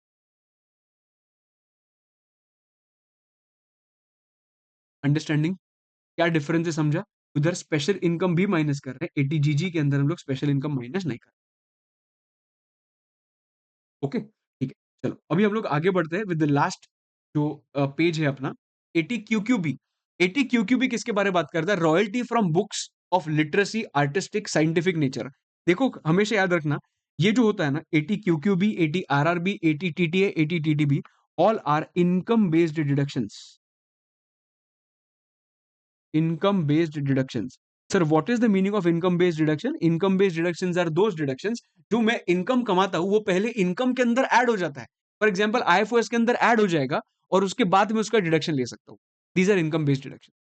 ठीक है, तो सबसे पहले एटी क्यूक्यूबी के बारे में बात करते हैं। रॉयल्टी मिला, रॉयल्टी अगर मिला होगा, देखो ऑथर है, ऑथर ने कॉपीराइट दिया पब्लिशर को और पब्लिशर ने रॉयल्टी ऑथर को दे दिया। तो ये जो रॉयल्टी मिला है ऑथर को वो पहले इनकम फ्रॉम अदर सोर्सेस के अंदर ऐड हो जाएगा and then we will take a deduction under eighty QQB. तो वो डिडक्शन कैसे होगा उसके बारे में हम लोग अभी बात कर रहे हैं। इधर सब लोग ध्यान देना, ऑथर ने कॉपीराइट दिया, पब्लिशर ने उसका रॉयल्टी दिया। Very good. अब ये जो रॉयल्टी होता है ना, that royalty is of two parts. Number one, royalty can be lump sum royalty और royalty can be percentage of sale. मतलब जो पब्लिशर आगे जाके बेचेगा, अगर 100 रुपए में बुक बेचा तो उसका 25% अगर अग्रीड है तो 25% पब्लिशर ऑथर को दे देगा। ठीक है, और इट कैन बी भाई पब्लिशर ऑथर को बोलता है भाई तू 5 करोड़ ले ले, अभी तू खुश हो जा, मैं जितना भी बेचूंगा अभी तेरा कुछ संबंध नहीं है इससे। अभी पब्लिशर कितना भी बेचे, कम बेचे तो नुकसान, ज्यादा बेचे तो प्रॉफिट। तो ऑथर को लमसम पेमेंट कर सकता है या फिर परसेंटेज ऑफ सेल करके पेमेंट कर सकता है। ठीक है, तो पहले हम लोग बात करते हैं लमसम पेमेंट क्या, 10 लाख का। तो अगर लमसम पेमेंट किया होगा, समझो आईएफओएस के अंदर पहले 10 लाख आ जाएगा। आराम से देखो ये ग्रॉस टोटल इनकम कितना बन गया? 10 लाख रुपीस। अभी हम लोग बात करेंगे 80 क्यूक्यूबी के डिडक्शन। 80 क्यूक्यूबी के डिडक्शन में एलिजिबल रॉयल्टी और 3 lakh rupees which ever is lower. Now कितना मुझे रॉयल्टी मिला था? 10 lakhs, 10 lakhs. So 10 lakhs or 3 lakh rupees, whichever is lower comes to 3 lakhs. Understanding? इसके वजह से मेरा जो नेट टोटल इनकम बनेगा, that net total income is 7 lakhs. Net total income is 7 lakhs. एकदम परफेक्ट है, सही है। Okay, this becomes your lump sum. This is how you'll treat your lump sum. ठीक है, नो प्रॉब्लम। अभी बात करते हैं परसेंटेज ऑफ सेल के बारे में। अभी बात करते हैं परसेंटेज ऑफ सेल के बारे में। अभी देखो क्या है, I will make one example for you. Sale by publisher into 25%। Just example देता हूं। BB publication sold 3000 books of mister A M in the market for 500 each. 3000 book sale किए उन्होंने मेरे नाम के, in the market for 500 each. And BB publication उसमें से 25% royalty मुझे पे कर, 25% रॉयल्टी बराबर on sale of books to mister A M in the form of royalty. ठीक है, नाउ जितना भी मुझे पे किया, कितना पे किया उन्होंने? 3000 रुपीज इंटू 500, जो भी सेल वैल्यू होगा उसका 25%। सो कहने से 3000 into 500 into 25, this will become my IFOS income बराबर। तो मेरा जीटीआई बन जाएगा। अभी 80 क्यूक्यूबी का डिडक्शन में एलिजिबल रॉयल्टी और 3 lakhs which ever is lower. Now what is the meaning of eligible royalty? Now याद रखना, जब भी लमसम होता है, इसमें लमसम होता है ना, तभी जितना भी रॉयल्टी मिला वो तेरा एलिजिबल रॉयल्टी बन जाता है, और 3 lakhs which ever is lower. This is the simplest.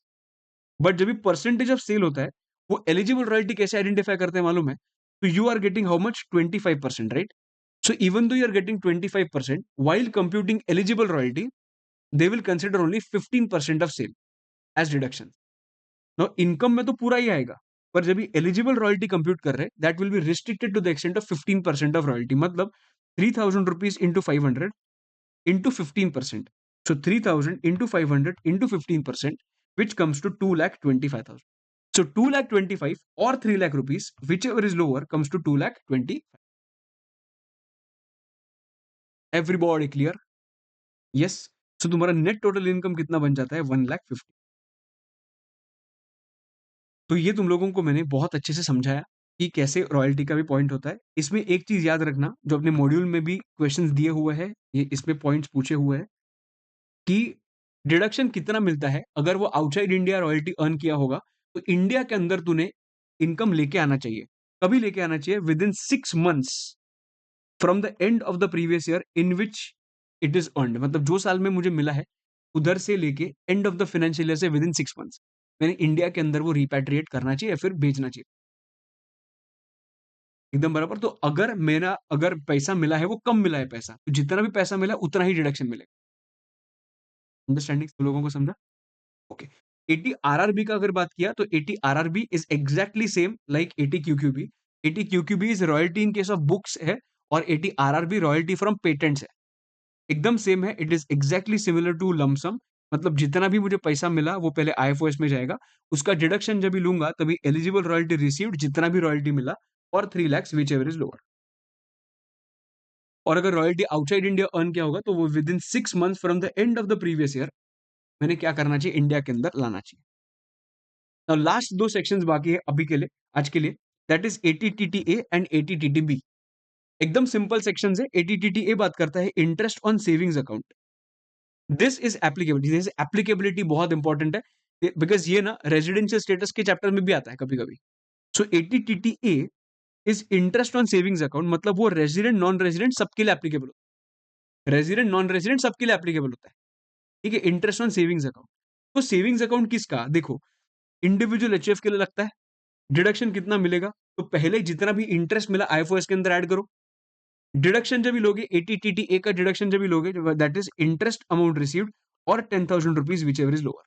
वो आर हो एनआर हो, दोनों को मिल जाएगा। तो सर कौन सा इंटरेस्ट होना चाहिए? वो savings account with banking company, cooperative bank और पोस्ट। बराबर, परफेक्ट।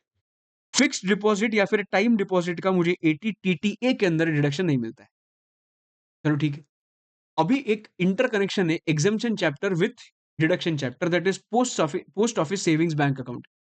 से फॉर एग्जाम्पल मुझे इंटरेस्ट मिला है on post office savings bank account, it has to be only post office. If it is cooperative saving bank account नहीं, ये post office के लिए एप्लीकेबल होता है सिर्फ। If it is post office savings bank account, समझो मुझे 20,000 rupees मिला है, I get an exemption of 3,500 rupees. तो जब इनकम में मैं लिखूंगा ना, वो इनकम के अंदर मैं कितना लिखूंगा मालूम है? 20,000 rupees minus 3,500, which is exempted, which comes to 16,500। ये मेरा बन जाएगा ग्रॉस टोटल इनकम, और इसमें से मैं एटीटीटीए का 10,000 माइनस करूं। समझ जाना एक बार, मतलब एक बार चाहिए तो पॉज करना, पॉज करने के बाद पढ़ना ये कैसे किया, and then we will go है।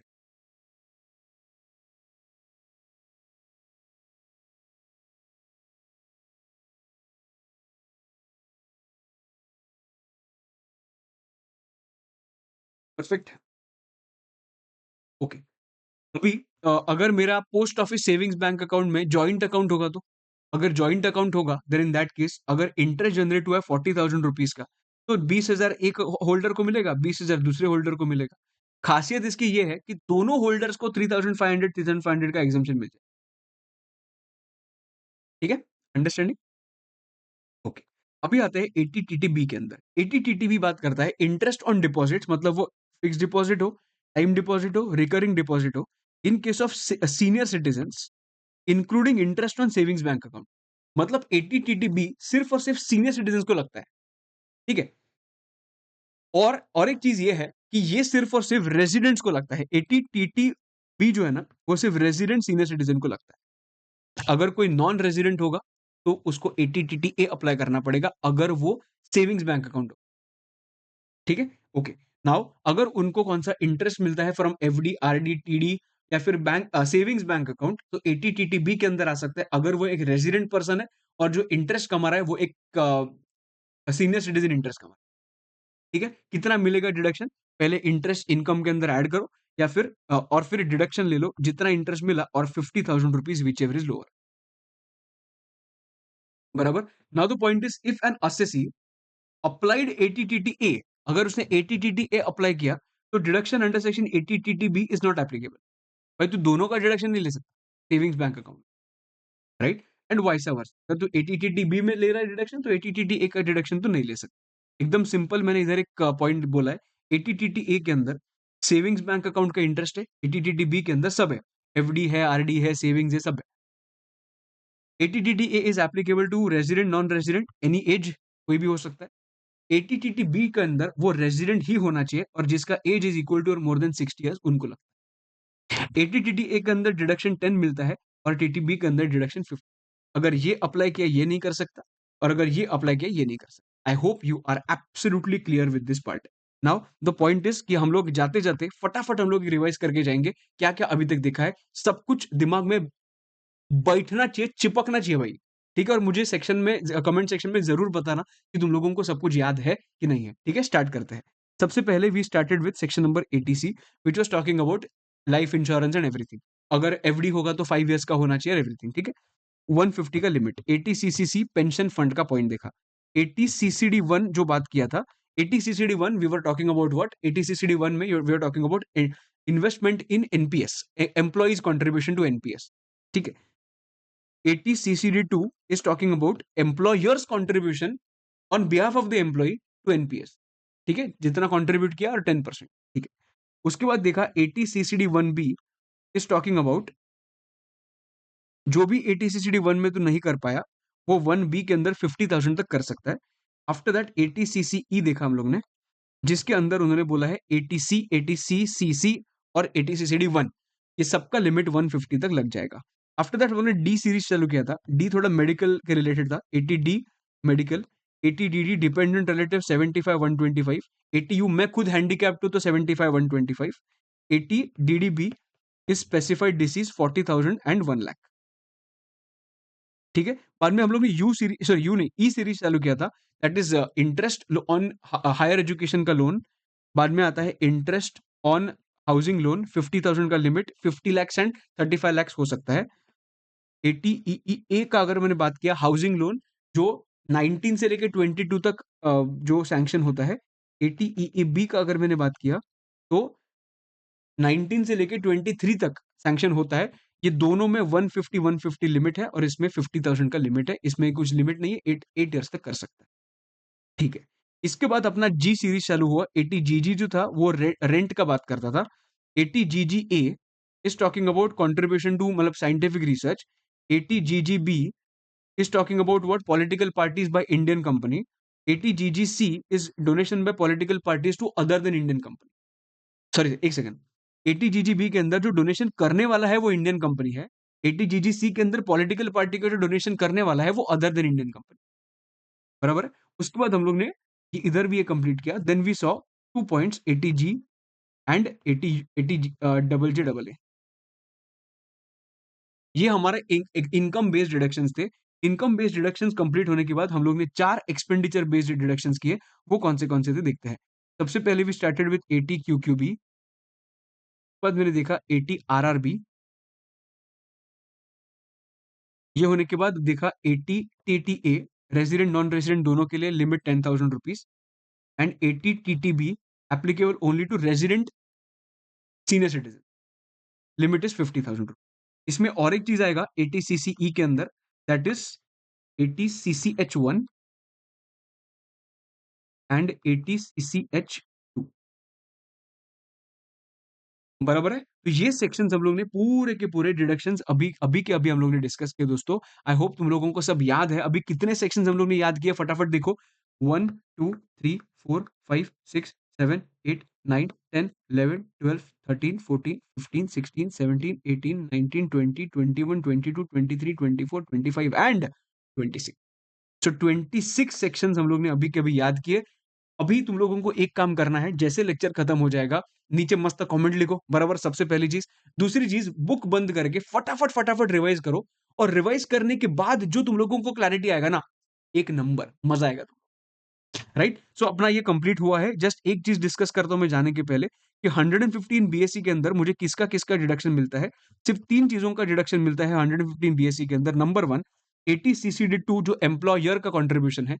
80 CCH2 which is Agnipath scheme के अंदर जो सेंट्रल गवर्नमेंट कंट्रीब्यूट करता है। एंड 80 डबल जे डबल है।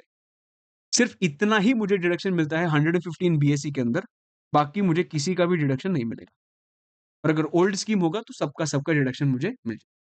So, दोस्तों, this is how we are done with deductions from GTI. We took around 80 minutes approximately to finish this particular chapter. So, I hope तुम लोगों को ये अच्छा लगा होगा। अच्छा लगा होगा तो जरूर लाइक करना, सब्सक्राइब करना, कमेंट करना और दोस्तों के साथ जरूर शेयर करना। और दोस्तों, आज के लिए इतना ही। I hope that all these sessions are helping you in your preparation and yes, so अच्छे से पढ़ाई करो। आज के लिए इतना ही। दिस इज जेमत Mahajan. I will see you in the next video. Till then, bye bye, see you, take care.